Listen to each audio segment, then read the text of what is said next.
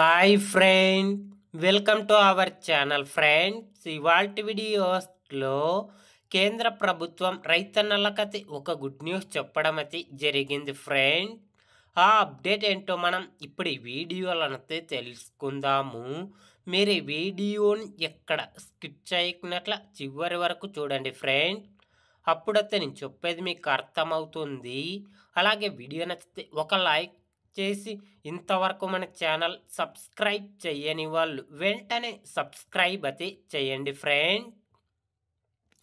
కేంద్ర ప్రభుత్వం కొత్తగా రూపొందించిన మార్గదర్శకాల ప్రకారం 5 ఎకరాల్లోపు రైతులకు వారి బ్యాంక్ ఖాతాల్లో 25,000 జమ చేయనుంది.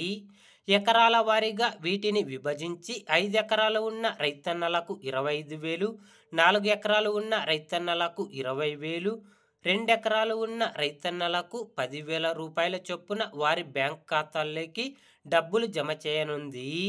కేంద్ర ప్రభుత్వం కొత్తగా కిసాన్ ఆశీర్వాద్ అనే పథకాన్ని ప్రవేశపెడుతుంది. 5 ఎకరాలు ఉన్న రైతన్నలకు ప్రధానమంత్రి కిసాన్ సన్మాన్ నిధి ద్వారా వచ్చే 6,000 కలుపుకుంటే మొత్తం 31,000 రూపాయలు అందుకోవడం అయితే జరుగుతుంది ఫ్రెండ్స్. కాబట్టి అర్హత ఉన్న ప్రతి ఒక్కరికి 25,000 రూపాయల చొప్పున కేంద్ర ప్రభుత్వం డబ్బులు జమ చేయడం అయితే జరుగుతుంది ఫ్రెండ్.